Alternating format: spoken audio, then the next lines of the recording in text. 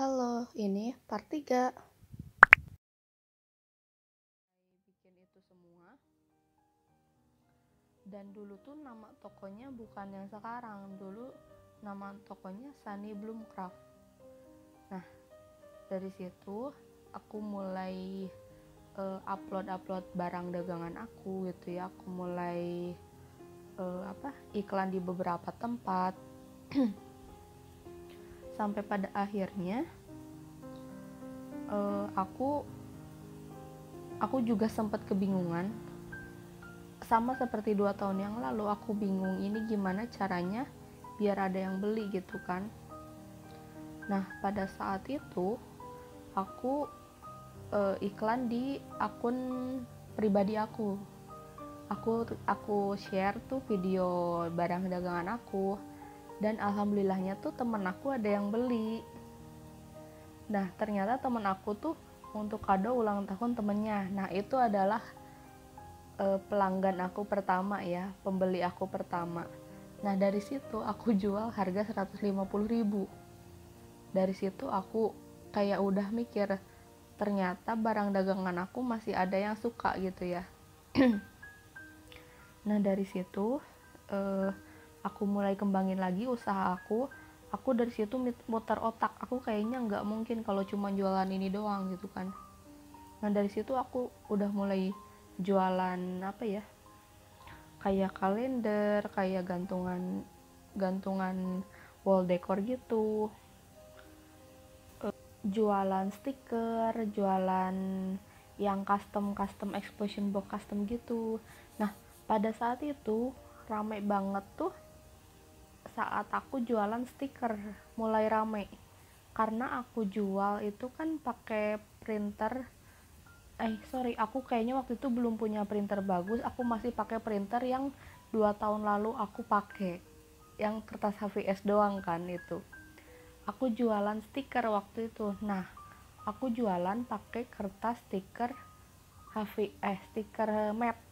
Itu kan teksturnya sama seperti HVS kan, hanya saja ada perekatnya.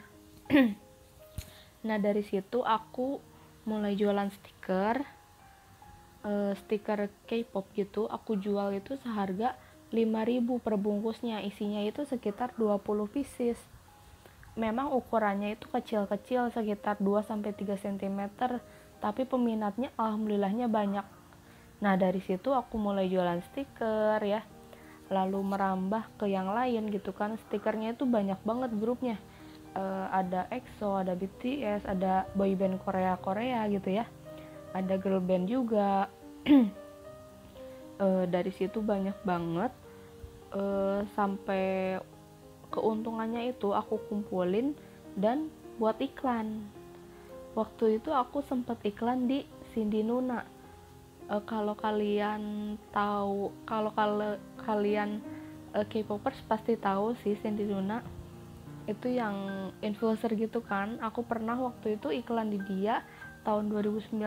Itu aku iklan paid promote ini story ya, dengan harga rate-nya itu 450.000 per satu video, satu foto, bukan video. Ternyata aku waktu itu foto yang aku edit sendiri, aku iklan ke dia.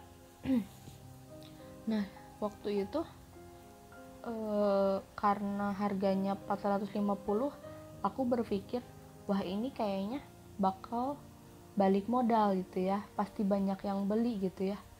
Nah, dari waktu iklan di situ, ternyata ekspektasi aku tuh terlalu tinggi. Dari situ aku cuman dapat sekitar 700 followers dari Cindy Nuna, karena memang barang dagangan aku juga tidak terlalu menarik gitu ya, dengan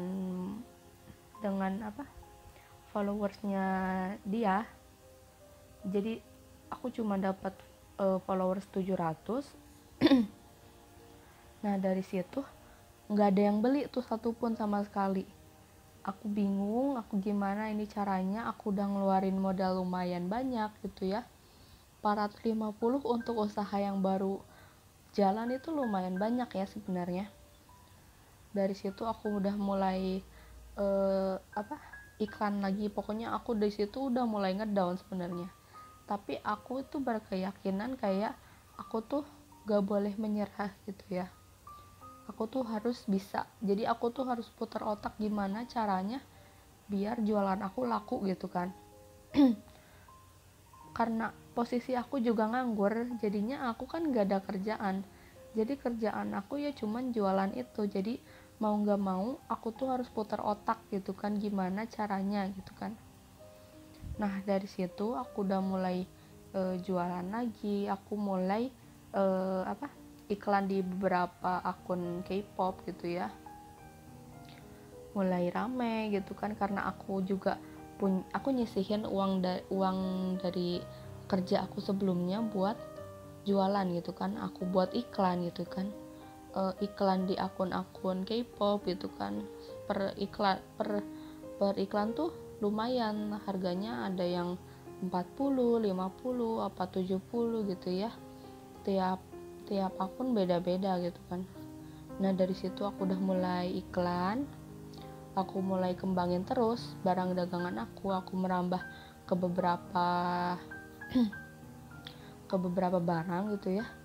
Nah sampai pada akhirnya itu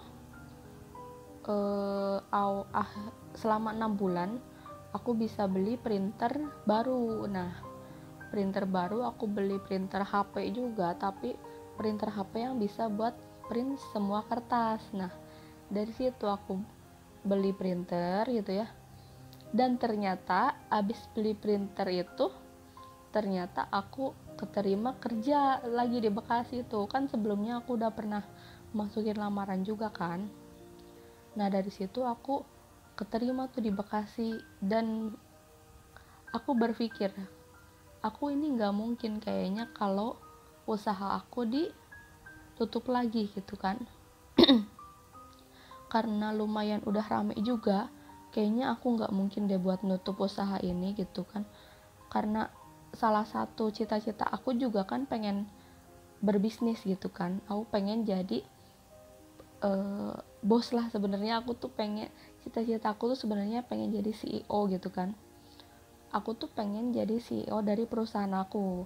Nah otomatis meskipun ini masih kecil, tapi kan suatu saat pasti bakal berkembang dan besar. Itu yang aku tekadin dari sekarang, yang aku prinsipin dari sekarang gitu ya.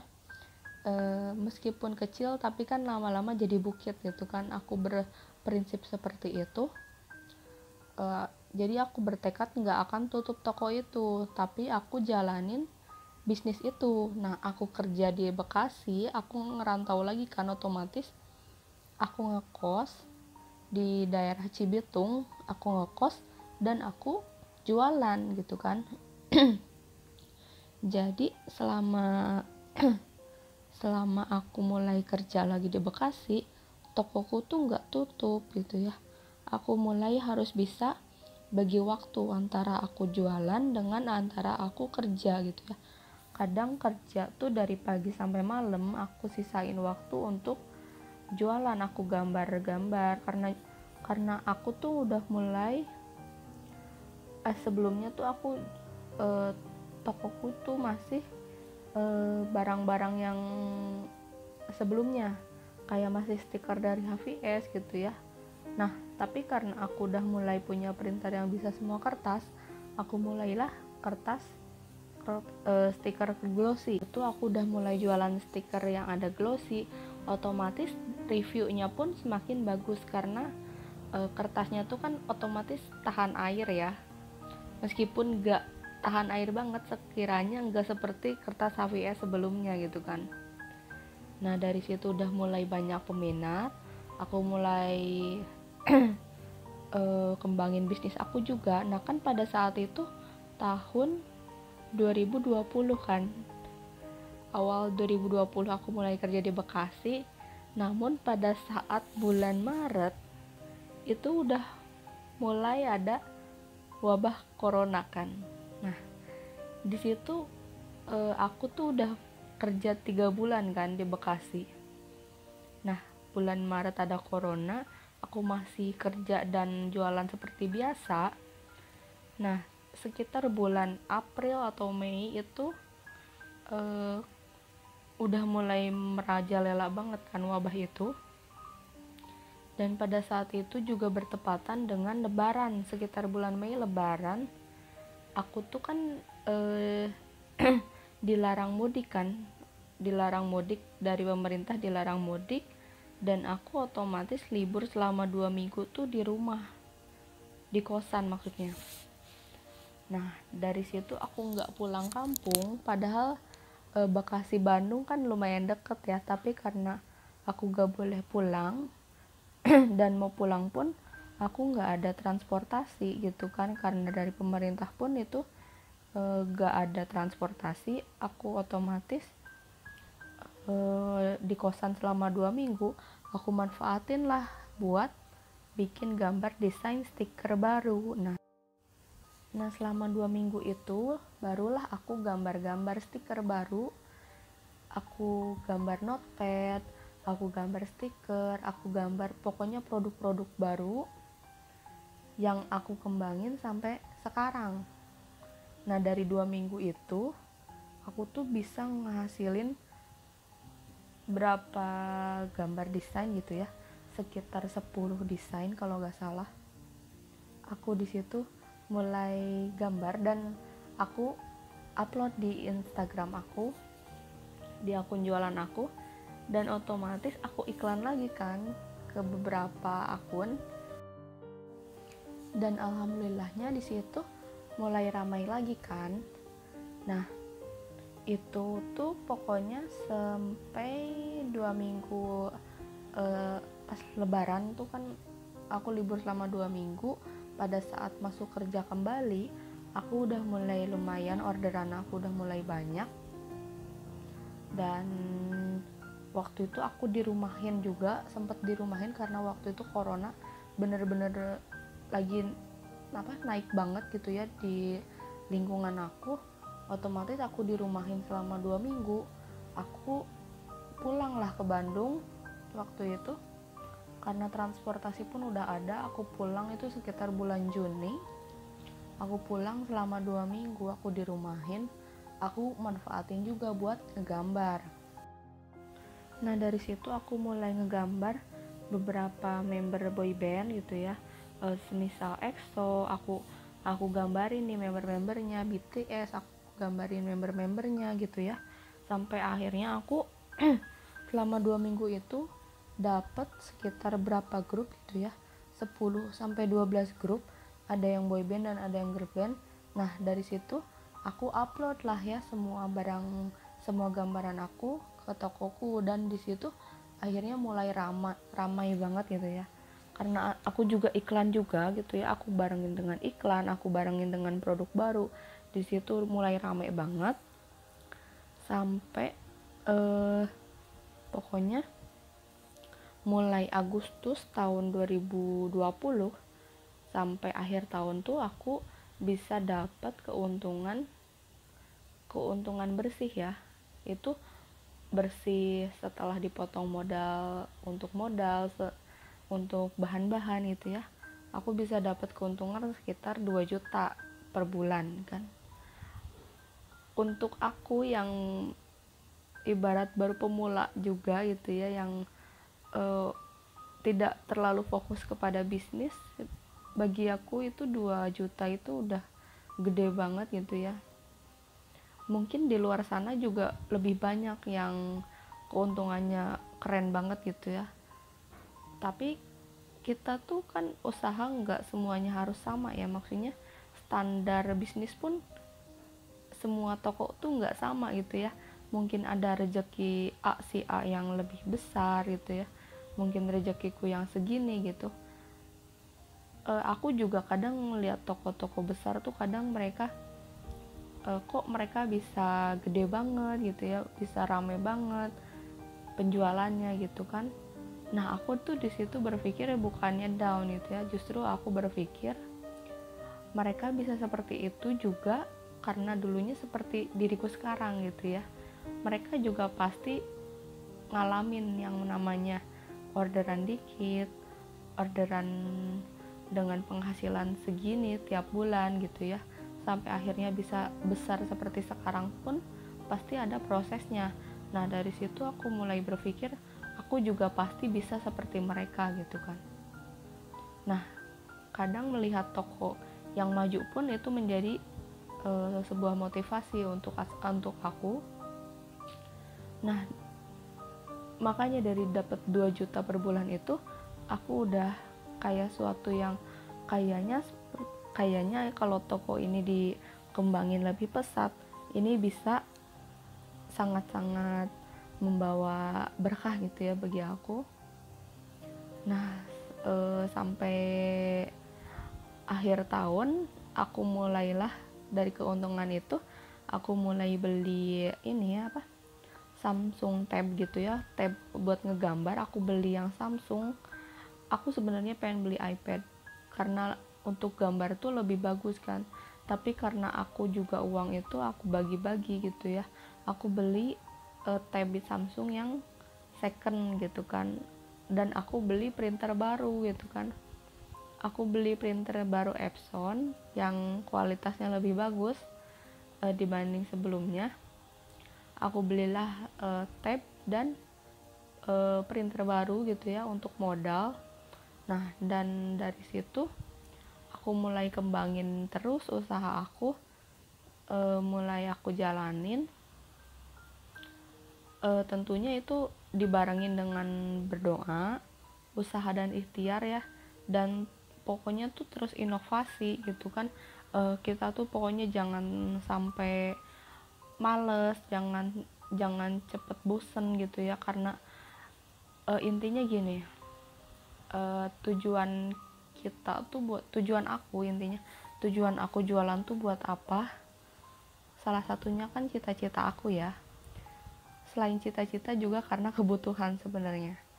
Jadi aku selalu ingat itu.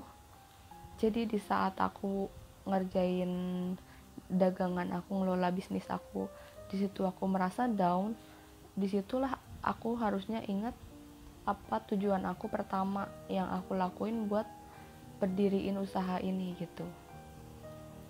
Jadi usaha itu aku jalanin dari tahun 2019 pertengahan, itu masih berlangsung sampai sekarang gitu kan. Dan alhamdulillahnya tiap bulan, tiap hari tuh ya pasti ada naik turunnya gitu kan, nggak selalu ramai, nggak selalu sepi gitu, pasti ada naik turunnya gitu kan. Aku tuh selalu berprinsip kalau roda itu berputar gitu kan, kadang di bawah kadang di atas, dan yang namanya jualan itu pasti rame dan pasti nggak rame gitu kan. Jadi intinya jangan cepat menyerah gitu ya, teruslah berusaha, teruslah berkarya gitu. Nah dari situ kita juga pasti nambah-nambah pengalaman kita gitu kan, nambah-nambah pengalaman, terlebih pada saat kita merasa down gitu. Kadang apa yang ngebuat toko kita turun, toko kita naik itu kan sebagai pengalaman kita. Nah dari situ jadi juga kita bisa belajar gimana caranya mengelola bisnis itu dengan baik lah sebenarnya. Nah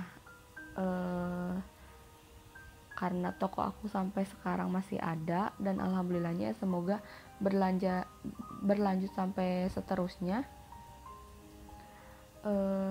dan yaitu semua pengalaman aku jualan gitu ya, dari kelas 8 SMP sampai sekarang gitu kan. Ya intinya seperti itu. Jadi mungkin ini pengalaman yang aku kasih kalian. Mungkin ini juga video nggak terlalu rinci, maksudnya rinci tidak terlalu bagus apa gimana, karena aku juga masih pemula ya. Jadi aku sharing apa yang aku jalanin aja. Jadi semoga kalian juga bisa belajar dari video pengalaman aku ini, dan tetap semangat buat usaha kalian, dan jangan mudah menyerah. Cukup sekian, terima kasih.